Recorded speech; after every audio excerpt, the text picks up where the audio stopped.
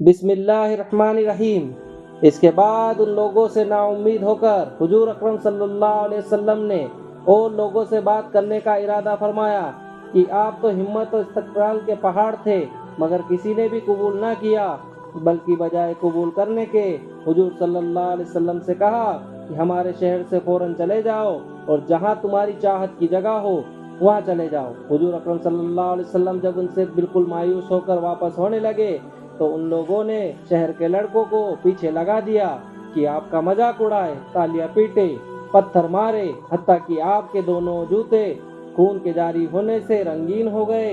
حضور اقدس صلی اللہ علیہ وسلم اسی حالت میں واپس ہوئے۔ جب راستے میں ایک جگہ ان شریروں سے اطمینان ہوا تو حضور صلی اللہ علیہ وسلم نے یہ دعا مانگی: اے اللہ، تجھی سے شکایت کرتا ہوں، میں اپنی کمزوری اور بے کسی کی اور لوگوں میں ذلت و رسوائی کی۔ یا رحیم الراحمین، تو ہی ضعفاء ہے، کمزوروں کا رب ہے، اور تو ہی میرا پروردگار ہے۔ تو مجھے کس کے حوالے کرتا ہے؟ کسی اجنبی بیگانے کے جو مجھے دیکھ کر تشرر ہوتا ہے اور منہ چڑھاتا ہے، یا کسی دشمن کے جس کو تو نے مجھ پر قابو دے دیا؟ اے اللہ، اگر تو مجھ سے ناراض نہیں تو مجھے کسی کی پرواہ نہیں، تیری حفاظت کافی ہے۔ میں تیرے چہرے کے اس نور کے طفیل جس سے تمام اندھیریاں روشن ہو گئی اور جس سے دنیا آخرت کے سارے کام درست ہو جاتے ہیں، اس بات سے پناہ مانگتا ہوں کہ مجھ پر تیرا غصہ ہو یا تو مجھ سے ناراض ہو۔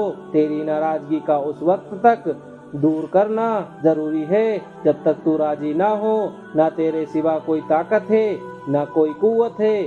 مالک الملک کی شان قہاری کو اس پر جوش آنا ہی تھا کہ حضرت جبریل علیہ السلام نے آ کر سلام کیا اور عرض کیا: اللہ تعالیٰ نے آپ کی قوم کی وہ گفتگو جو آپ سے ہوئی سنی، ان کے جوابات سنے، اور ایک فرشتے کو جس کے متعلق پہاڑوں کی خدمت ہے آپ کے پاس بھیجا ہے کہ آپ جو چاہیں اس کو حکم دے۔ اس کے بعد اس فرشتے نے سلام کیا اور عرض کیا: جو ارشاد ہو میں اس کی تعمیل کروں، اگر ارشاد ہو تو دونوں جانب کے پہاڑوں کو ملا دوں جس سے یہ درمیان میں کچل جائے، اور جو سزا آپ تجویز فرمائے۔ حضور صلی اللہ علیہ وسلم کی رحیم و کریم ذات نے جواب دیا کہ میں اللہ سے اس کی امید رکھتا ہوں کہ اگر یہ مسلمان نہیں ہوئے تو ان کی اولاد میں سے ایسے لوگ پیدا ہوں جو اللہ کی پرستش بندگی کرے اور اس کی عبادت کرے۔